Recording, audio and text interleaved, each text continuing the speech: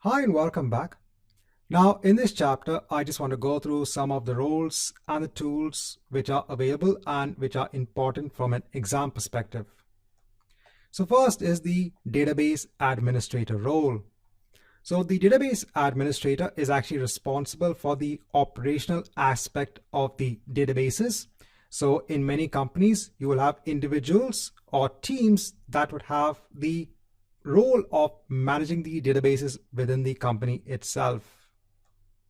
Now, these databases could be either in the on-premise environment, on physical servers, or on virtual machines, or they can be in Azure as well. So the database administrator is responsible for the overall availability of the databases. Then we have the data engineer role. So here the engineer would implement aspects such as the creation of data ingestion pipelines, cleansing of the data, and transformation activities. They can work with data from a variety of data sources. So these could be databases, file stores, or even data streams. Then we have the data analyst role. So the data analyst is responsible for performing analytics on the data, and this can be done via reports and visualizations. Now we come to the tools that can be used by these different roles. So when it comes to the database administrator, they mostly will be using, when it comes to Microsoft SQL Server or Azure SQL databases, they can go ahead and use SQL Server Management Studio.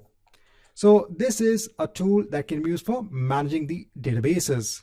When it comes to MySQL, they can go ahead and use the MySQL Workbench.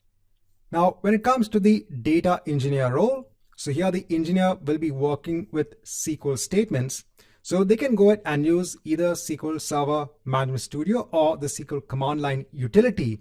Please note that they can also go ahead and use another tool known as Azure Data Studio. So we'll be looking at the tool as well. They can go ahead and use Azure Databricks and HD Insight, that's Azure HD Insight, for the processing of data. Then when it comes to the data analyst role, here they can go ahead and perform visualizations done via Microsoft Excel, or they can go ahead and create powerful visualizations using Microsoft Power BI. So in this chapter, I just want to go ahead with the important roles and the tools that are used.